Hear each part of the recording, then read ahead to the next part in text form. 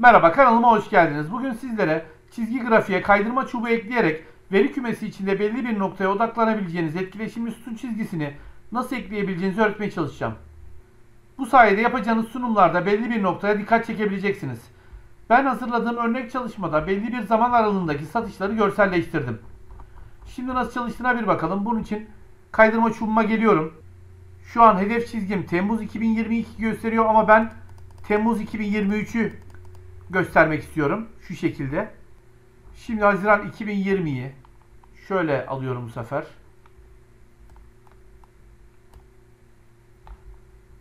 İstediğiniz şekilde bunu çekebiliyorsunuz.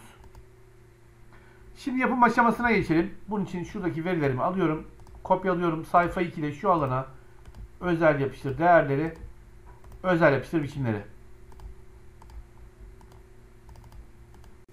Buradan ekleye geliyorum ve ilk grafiğimi seçiyorum. Şunu. Büyüteceğim. Daha sonra şuraya hedef diye bir başlık atıyorum. Ve buraya bir formül yazacağız. Ama onun öncesinde grafiğimize kaydırma çubuğunu ekleyelim. Şunu biraz aşağı alıyorum şöyle. Şuraya ekleyeceğim. Geliştiriciye geliyorum. Buradan ekleye geçeceğim ama sizde geliştirici yoksa şuradan dosyalardan seçenekler, şeridi özelleştirden şuradan geliştiriciyi seçiyorsunuz. Tekrar ekle şu. Bunu mouse'un sol tuşuna basılı bir şekilde sağ tarafa doğru çektiriyorsunuz.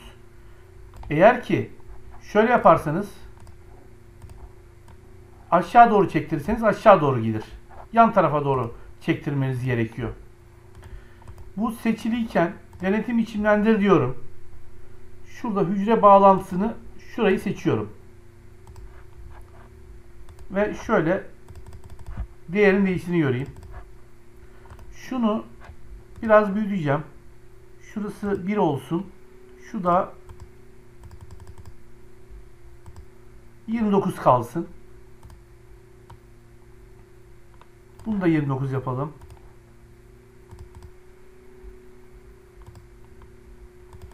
...12,5 olsun bu da. Şimdi buraya formülümüzü uygulayabiliriz. Shift eşittir eğer diyorum. Şuradaki değer. Bunu Windows F4 ile sabitledim. Eşit ise satır. Şuradaki değere 100 yaz. Değilse boş geç.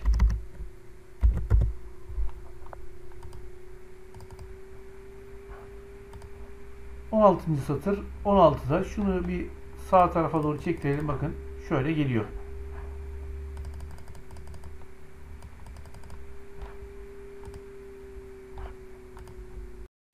Şimdi grafiğimizin biçimini ayarlayalım. Bunun için grafiğimi seçiyorum. Şuradan. Daha önce ben şunu seçmiştim.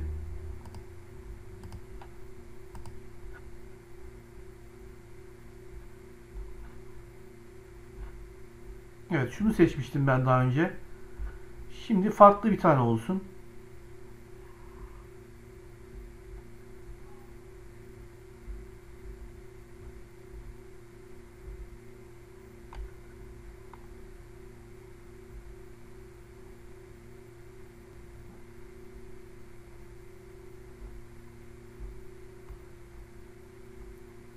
Bu sefer de bu olsun. Değişik duruyor. Şu grafik başlığını kaldıralım. Daha sonra şunu seçelim ve biraz büyütelim. Kalın yapalım. Bu da böyle olsun. Şunları kaldıralım.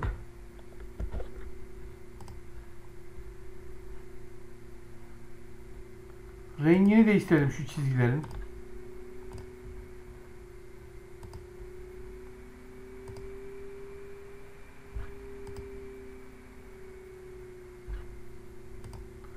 Evet. Bu böyle olsun. Şimdi veri seç diyorum. Ekle. Şuradan hedefi seçiyorum, başlık adı. Değer olarak da şurayı seçiyorum. Tamam diyorum. Şimdi yine grafik türünü değiştiriyorum. Grafiği seçip buradan birleşikten şunu çizgi grafik, bunu ise şunu seçiyorum. Şöyle.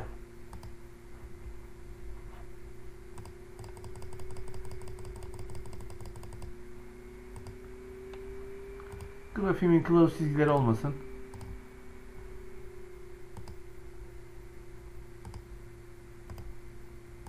Ekseni biçimlendirden şuradan çizgiler görünmesin.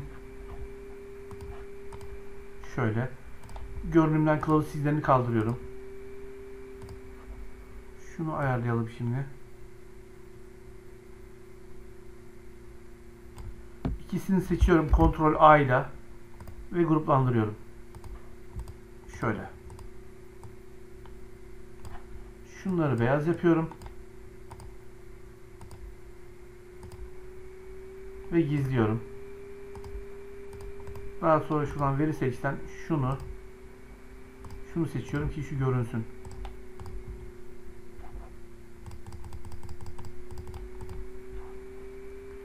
Şuradaki mavileri görmek istemiyorum.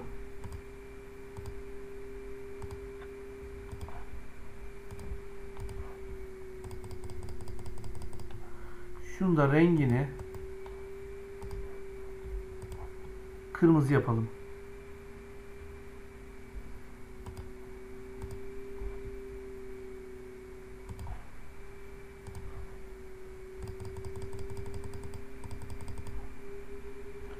Tabii şunu ayarlamamız lazım. Burası olmadı. Şöyle. Şunu seçiyorum. Denetimi işlemlendir. En küçük değer 2 olacak. En büyük değer şuradaki 61'di. Tekrar bakalım. Şurası. Evet, 61. satır. Şimdi oldu.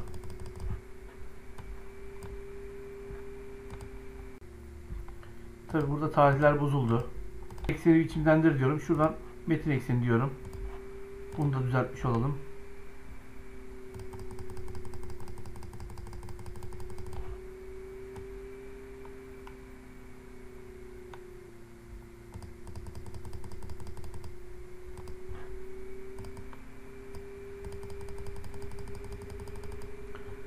Bu video ile ilgili anlatacaklarım bu kadar. Verdiğim bilgilere sizlere faydalı olacağına inanıyorum. Kanalıma abone olup bildirimleri açmanız halinde bundan sonrasında yayınlayacağım faydalı paylaşımlardan haberdar olabilirsiniz. Beni takip edip çalışmalarımı izlediğiniz için teşekkürler.